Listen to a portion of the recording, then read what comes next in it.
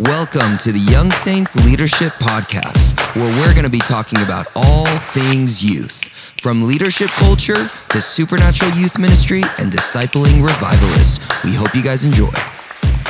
Hello. Wow, guys, it feels like it's been a while, hey? I know. It's been a minute. So excited to be here. Welcome back, everyone. We're excited to have you. We have a beautiful podcast planned for you. Yes. Yes. But first, we just did the funniest thing we have done in a long time in this youth office. Would you gentlemen like to share what you just did? Rory, what do we do? So we have been asked, me and Dante have been asked to do a lip sync battle, part of our staff at Bethel's Christmas show. We wouldn't tell you, Christmas party. but by the time this gets you aired, see this the or Christmas hear party this, will be over. the Christmas party will be over. It's this week. Yeah. And you have 90 seconds. And we said yes. And it's kind of a crazy season because, it's just been a little busy. Dante just had a baby. Dante just had a baby. Yep, baby land, And baby it's girl. holidays, and it's just crazy. Well, Dante had a genius idea to mix it up. And instead of doing a 90-second, segment of one song, we should pick several songs of the most iconic segments. So we fit in 7 songs. So we fit in 7 songs. In 2 minutes, actually. Of the most iconic moments that range from Ice Ice Baby to My Heart Will Go On. Titanic, My Heart Will Go On, with props and everything. I really hope it gets filmed because this is going to be something that I'm very proud of. Yes. Because I think we're going to shock. Literally, I almost peed my pants watching them. It was so funny. It's a work of art. It is a work of art. I almost peed my pants because Rory almost strangled Dante. With one of the shawl, props. We had a fail. We had a fail. I'm glad we He practiced. failed hard. I did not understand how the shawl for the Titanic Went scene the wrong went. direction. It doesn't go over the neck. Doesn't go over his neck. I felt something gripping my neck. You were treating it like a scarf, huh? I was. I was thinking scarf, and then I was like, this isn't right. I can't get it over his arms. It was pretty great. We are also adding in Say My Name. That is true. Yes. Definitely. We got some Wannabe good ones in there. by Spice Girls. Good ones in there. Don't judge us. It's all the clean parts. Everything's fine. Yeah, It'll be funny stuff. Anyways, on to the next thing that we are here to talk about, which is probably one of our most favorite topics, Rory and I, and probably Dante too. Mm-hmm. We are going to talk about, and I've touched on it a little bit in the girls one if you listened, but why are mothers and fathers so important in today's day and age? Mm-hmm. Anyone want to kick this off? Now, just to clarify your question, are you talking about moms and dads in a home? Or are you talking about moms and dads? Yeah, that's always important. Spiritual mothers and fathers. I'm thinking about spiritual. Okay, spiritual mothers and fathers. Yeah, I think it's good. I mean, I think my first thought in this is my own experience has been I've way preferred when people have treated me as a son, or they think of me and their role as a father in my life or a mother than a leader. Yeah. And for me, that differentiates, between the idea that I could be disposable, like on a leader, I would then it's a different level of commitment. It's a different level of commitment because you're like, if I have a leader or a boss or something like that over me, I'm showing up, I'm doing what I'm asked to do, I'm bought in at the level I can buy in at, but also I'm making sure like I better not screw up.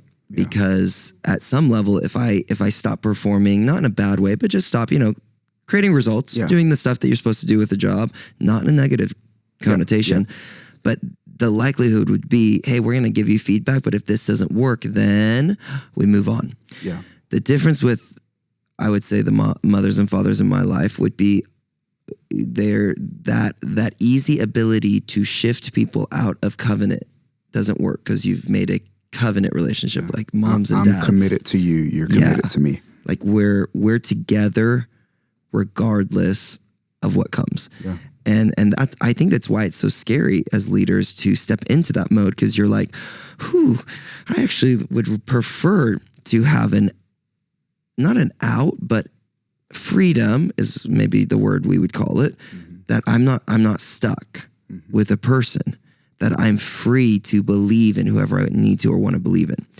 But when you're a mother and father, you're going, I'm committed to you. Yeah. And I want to see the best in you. And even if we have some rocky moments. Yep. Yeah.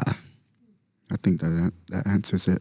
Yeah. I think what I'm also thinking on this topic is I just feel like this shift in culture in the church where it's mainly been leadership focused, right? Yes. There's been a lot of talk about how to be a great leader, how to be the next like big leader and all these leadership tools, which is amazing. And I don't get me wrong. I truly love all that stuff and I learn and glean from it.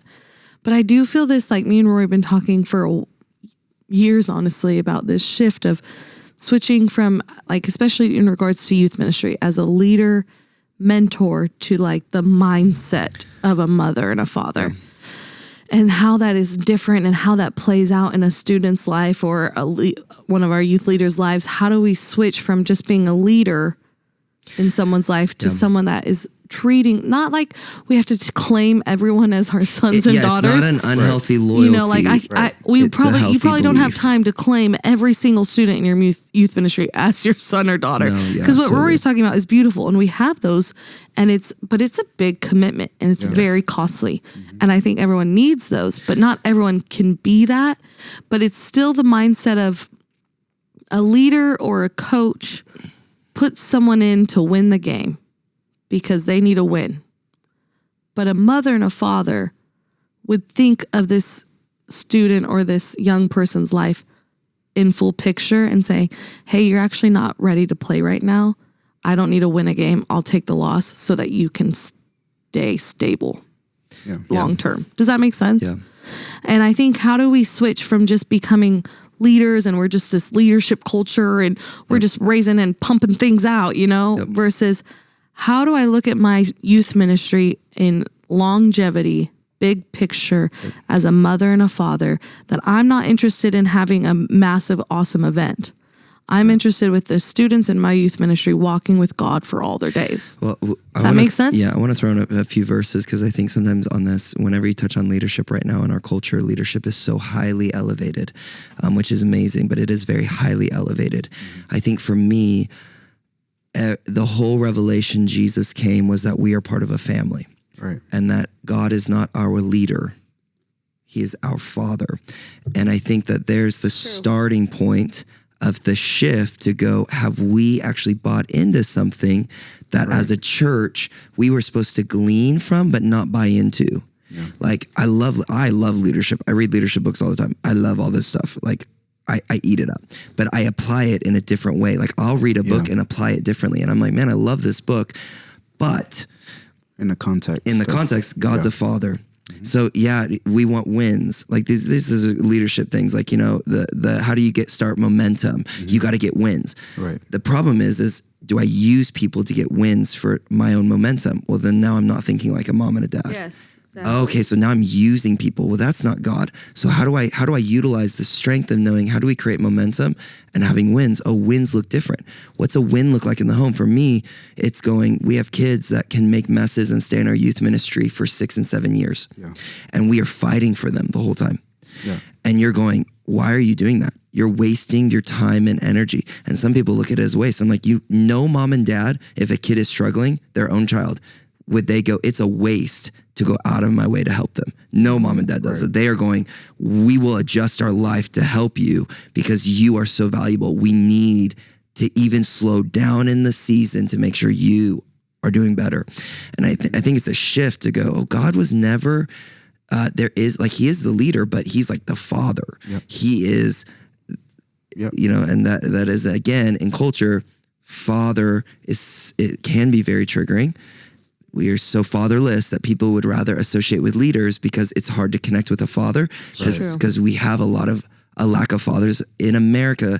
I know this. I don't know worldwide. I haven't done the stats, but I do know in America, there's a lot of fatherless or absentee fathers. Yeah. So it's unique that revelation would then be so hard to grasp, or that's maybe why. It's, I wish I would have had this statistic ready, but there's a survey done somewhere within the earth. But, somewhere in the earth. Within the earth, on the planet. The survey said the likelihood of a family being saved, like if a son or a daughter gets saved, it's a good percentage that the whole family will get saved, but it's low. And then the same for, it would say like a mother or like a grandma. And then it said if the father is saved, the likelihood of the whole family being saved is like 80+%. Yeah. Wow. Like if the father is saved in the house, that That's the whole crazy. family. It was crazy to see that, and just seeing the impact of a mother and a father Yes. being in the rightful place. For sure. Because there's a grace that flows. And I think this is where you take leadership principles, but you remember the roles we play. Yes. So like we're a mother and a father. So we're going, the leadership principle is momentum. But how do we create momentum as a mom and a dad? We are propelling our children in their dreams. We're believing in them. We're calling stuff out. We're addressing stuff that needs to get addressed. So we're going, we want the momentum and wins, but we're okay if, like, for our daughters, I'm like, I don't expect you to be winning at 6 years old. Right. Everything. I expect, though, that you would be feeling the confidence and trying new things. Yeah. Right. And knowing that. So then I'm like, if I kids in our youth ministry, they get saved last year, I'm expecting, I'm expecting certain things, like not in a bad way, but I'm like, I'm okay if you're going to take risks and make messes and try stuff and do stuff and not be like, oh my God, your salvation didn't work. Right. Bummer. Oh man, he walked away from God. He had his chance. And I'm like, chance? Like, what parent is like, bummer, there was your chance. And now you're exiled from the family. I mean, people do this and it's really heartbreaking. Yeah. It's not though God never shows us. Again, we have to get our father heart from the Bible, not from experience. Cause you're like, God didn't give up on humanity when he could have. Yep. The whole time. Even in the Old Testament, he didn't give up on humanity. That's why he was consistently prophesying that there would be a time where the whole earth would come, like there would be an opportunity for the whole earth to know him. He was not giving up on humanity when he very easily could have. Yep. I love that. Another thought that I'm sitting here having is like another polarizing thought of a leader doesn't have much personal investment in who they're leading. Sometimes, like they may not know what's going on at home. They may not know what's happening in life, where they're emotionally at, where they're physically at. Like if they're just like, no, I'm leading, you show up. I'm thinking more like a boss scenario. Like you show up and you do your job. Like I don't really know everything going on in your home life, but a mom and a dad actually knows what season their kid is in, what they're walking through, what they're facing, where they're at emotionally. That's because it's affecting the mom and dad. Yes. See, there's this covenant relationship. You will know if you're operating as a mom and a dad, the effect on your own personal life. You're like, oh, wow, this person affects me because I so deeply care about them. Yeah, that's good. Yes. And some people actually go, I now am mad at you because of the impact you have on my life, instead of going, oh my gosh, I am transitioning from a leader who is just like, oh, bummer, you made a mistake, move on, to a father or mother going, I actually care about you. Yeah. And when you go and blow your life up or make a decision, it personally affects me. Like, I'm like, ouch. For sure. Yeah. I even had that happen one time when there was a youth leader that I've been getting to know and love them, but I just didn't know like quite where we were at, like we've just been building relationship. And they told me one day that they were having a really hard day.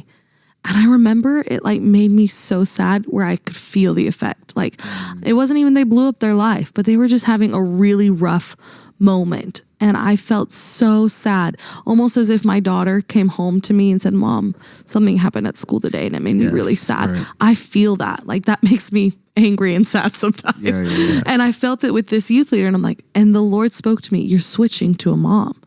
And I was like, oh my gosh, the way I would care for my physical children, This is what it I'm feels caring for this woman spiritually. Like I'm switching to a mother role in her life where her life affects me and I could feel it, which is just crazy. And I think though that something that happens is people get really afraid of being pulled on too much. And so they're almost like, I don't want that. Yeah. But in my mind, I'm like, if the revelation of God is he's a father, we're his kids, he set up the whole kingdom to operate like this in covenant relationships. And then Paul says, there's many teachers, but not many fathers. That there's actually many people that would lead or teach, but there's not many people that step into that role. I'm like, there is a grace available to do this. Yeah. Because it's talked about. There's a grace available to do this.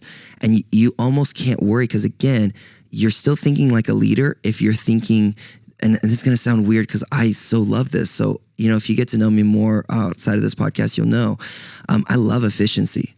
Yes. I love effectiveness. I love all of that. Like, it is a high value for me. Like, don't waste my time. Let's make sure we have meetings that are right. Yep. But that cannot become the thing I'm protecting the most. And leadership protects that the most. Right. Where I'm going, I'm not protecting that the most because my kids, my second takes the most time to get out of the house. And I can either get angry at who she is and say, you're affecting us, so I'm going to change you. Or I can go, there's a grace to love you and to get to know the Father heart of God more, that I can step into something and go, God isn't, efficiency in heaven is not how I think of efficiency. Efficiency was actually going out of my way to make sure you were doing okay. Like my youngest or my middle, like it was okay. Like, you're actually doing okay. I'm being the most effective father. Yeah. But we want effectiveness and efficiency to become results. So if we're results based and not covenant relationship based, then it gets off. You're like, and I promise you this, youth ministry explodes with healthy relationships. It does. It explodes. Yeah. There's such a lack of healthy, personal, covenant relationships that is happening in our world today. You do not need games. You do not need lights. You do not need big budgets. Yes. We don't utilize that big of a budget here at Bethel. People would think we do. We don't. Yeah. We put so much effort and focus on relationships, on being with people in their worst moment. I'll tell leaders, they'll blow up their lives and they go, hey, so the first thing they think is, I'm stepping off the team. And they'll tell me, hey, I'm stepping off the team. I've made such a big mess. And I'm like, actually, if I'm still have influence in your life, I'm going to ask that you don't step off the team. And I'm going to ask that you show up to everything consistently. And then we just minister to you because you need to learn how to be loved in your worst moment. Yeah. You think that you have to go somewhere else to be loved in your worst moment. That's weird. I said, how are you going to love a kid in their worst moment? Every time. And it is the most triggering thing. The leaders are like, all I want to do is run. Like, I've made a mess. Punish me. Get me out. Kick me out now. Yeah. And that action, but then actually loving them, not holding their sin against them, not bringing it up, not treating them differently, walking with them through all the hard stuff that comes, it changes the culture to that leader goes, I want to be that to students. Yep. Yeah. I want to think relationally. I'm okay if a student blows up their life every weekend for 9 months. I love you. Yeah.